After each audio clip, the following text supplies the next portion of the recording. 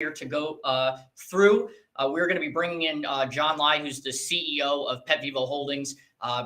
He's been on a lot of our programs, so we're very excited to speak with him as we dive into the market of what's going on with his company and what's going on in the pet healthcare space as he's revolutionizing the technology within the healthcare space. So we're very much looking forward to speaking with him. And so without further ado, welcome to Markets Hunter.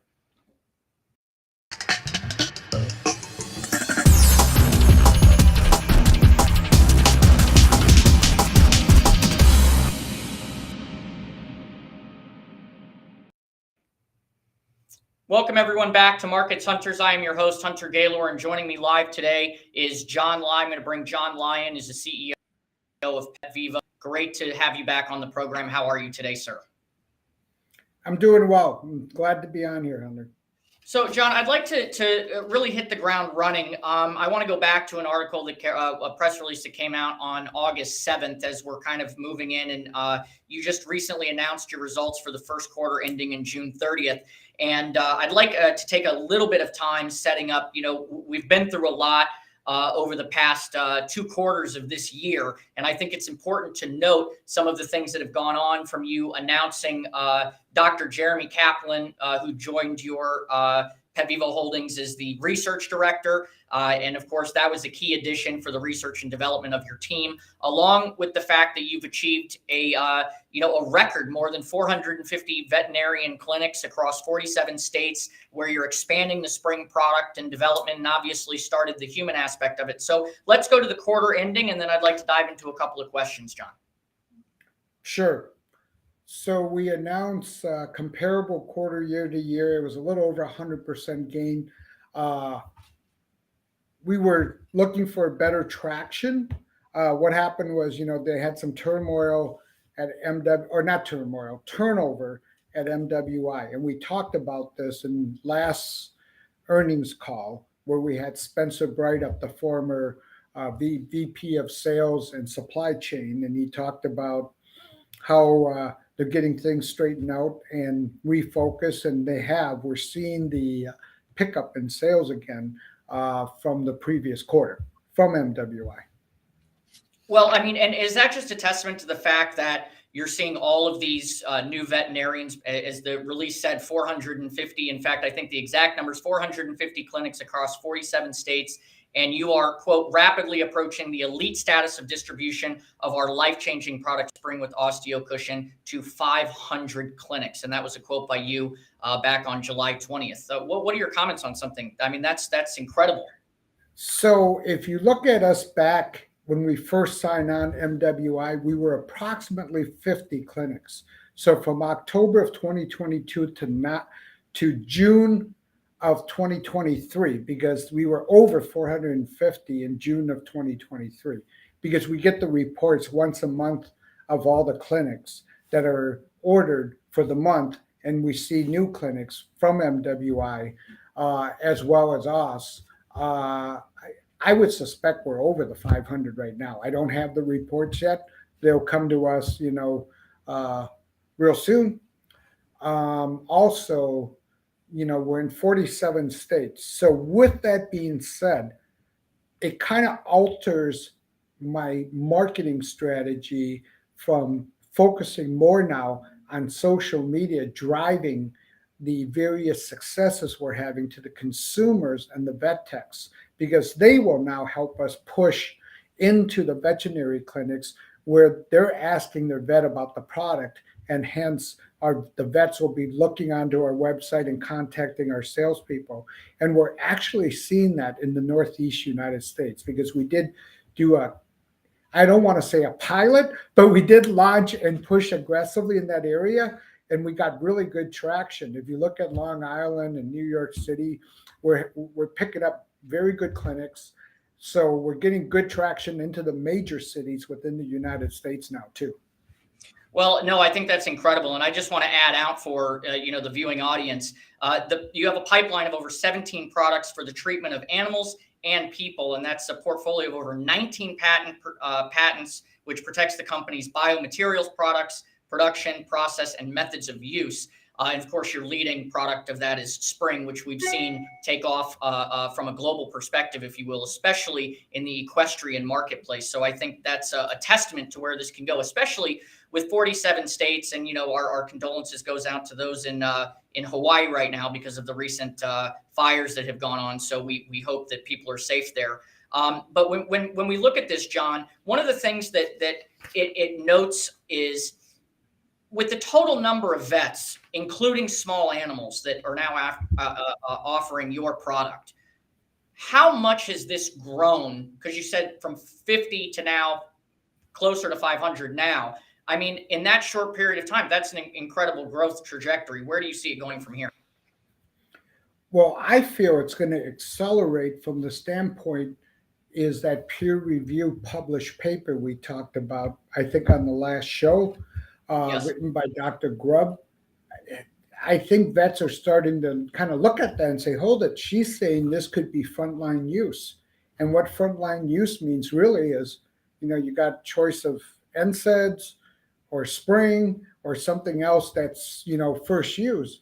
I think that bodes well for us from a positioning standpoint, having that type of people start coming out and writing and endorsing and redefining the use, because anytime you have a paradigm shift, it is very expensive and time consuming to re-educate the vets. But when you have leaders like this coming out and making statements like that in peer review articles, it helps us, so we feel that will lead to much faster adoption.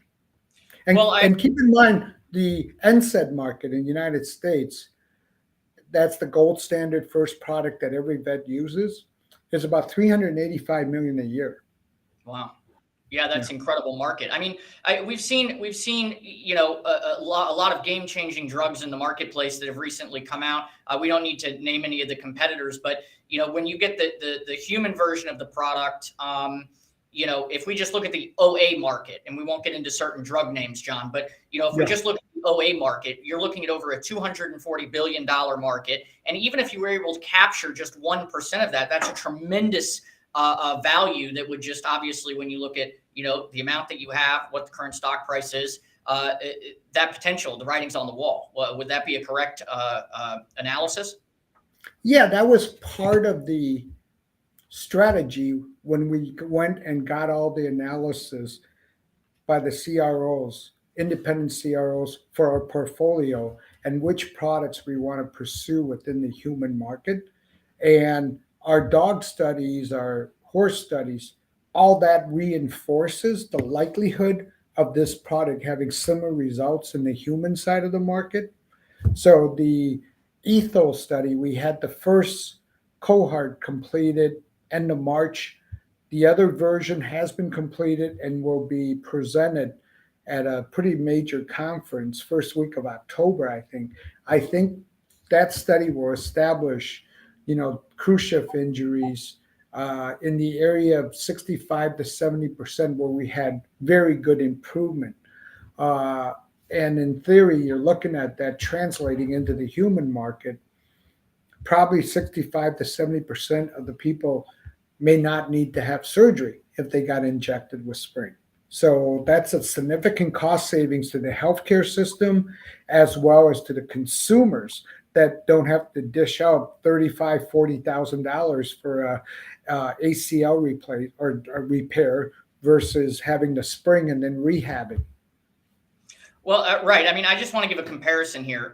When you talk about rehab, if you look at the overall weight, which has caused hundreds of billions of dollars in joints and ligament surgeries because of overweight, we're seeing new products come onto the market, which are having a profound effect in the marketplace, right? If you look at the dogs and the horses results, it would indicate that would be the same for humans. So this product could essentially save the healthcare system billions. Is that something you would agree with? Yeah, and if you look at it from a dog standpoint, when dogs get lame, just like humans, they tend to be less active. And obesity is the number one cause of diabetes and cancer in humans. And that has a similar ratio within the dog side. So if we can get the animals active and that will help reduce that cost. And actually, PetVivoCares.org, they had a video of two labs that were extremely overweight because they couldn't exercise. We donated the syringes because the families were really poor and couldn't afford it. After the injection, the dogs are out running, and you can see like a month later, the dogs did get skinnier because of the exercise. We didn't say anything, but it's going to help the dogs' overall health care, in general. Well, I think that's a exercise. I think obviously decreases the chance of obesity big time. So I mean, it's the same in humans. I mean, we look at animals as part of our families, and I think that's very important. So it's little things like this from a comparative perspective that I think are very important for the market. Now, I want to talk about one more point here, John. And that's important to focus on the sales ramp, but specifically to small animal vets, since many more dogs and cats, they're like humans in the majority of cases. Should we be seeing a huge sales ramp in the second half out from here? Yeah, as the data comes out, because we have at least 5 studies that will have some type of abstract written form that gets presented at conferences. So we're pretty excited about that. So once that's completed, we always talked about getting corporate accounts and how fast of a growth rate that is. To give you an example, I think Mars owns 12,000 clinics. So once we have the data, we can take it to their medical board, which they're very aware of our product because we actually have a couple of the vets that sit on that board that's been a regular customers of ours for a while. So we feel the likelihood is pretty good once they have the medical data to support them approving it into the organization, corporate owned accounts. So I personally expect the worst case is we start picking some of these up in the first quarter of 2024. We may pick some up at year end, but it's really hard to tell because they don't meet all the time. These are outside board people, so they may meet once a quarter. So I just don't know their schedule.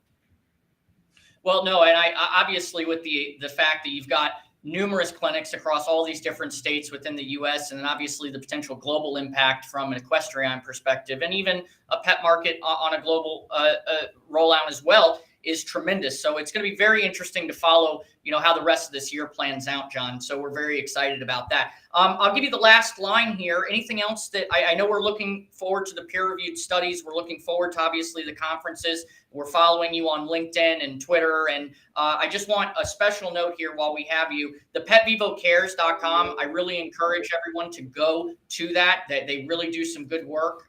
It's actually PetVivoCares.org. It's a nonprofit group. Oh, it's a nonprofit. Yeah. Okay, PetVivoCares.org.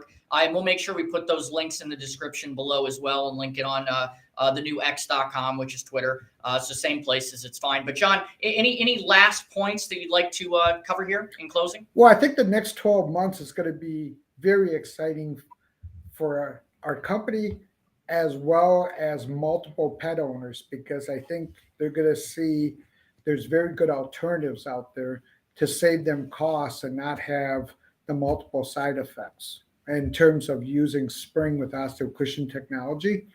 And if the vet doesn't know about it, I encourage them to tell their vets on their next visit, take a look at this product. It may be suitable for my dog as it gets older or if they start having lameness issues.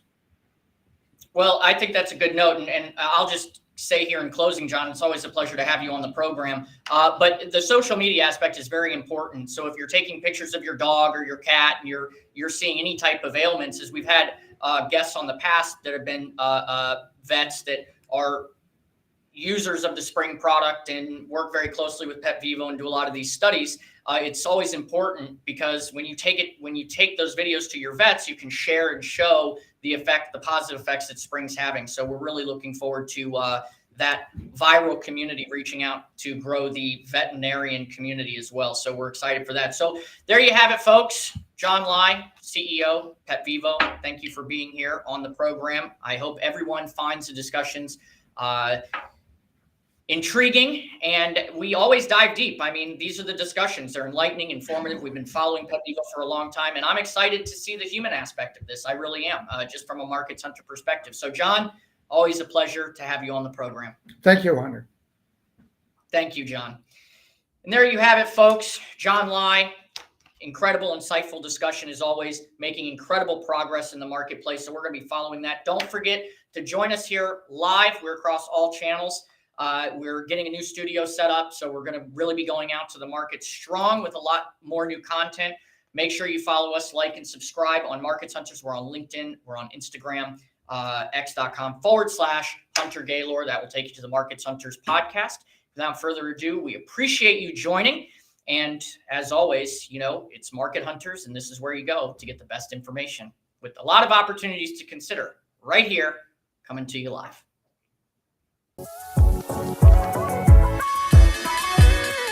Coming to you live with the insight you need from the financials and political capitals of the world to the heart of innovation. This is Opportunities to Consider with your host, author, speaker, and corporate strategist, Hunter Gaylor.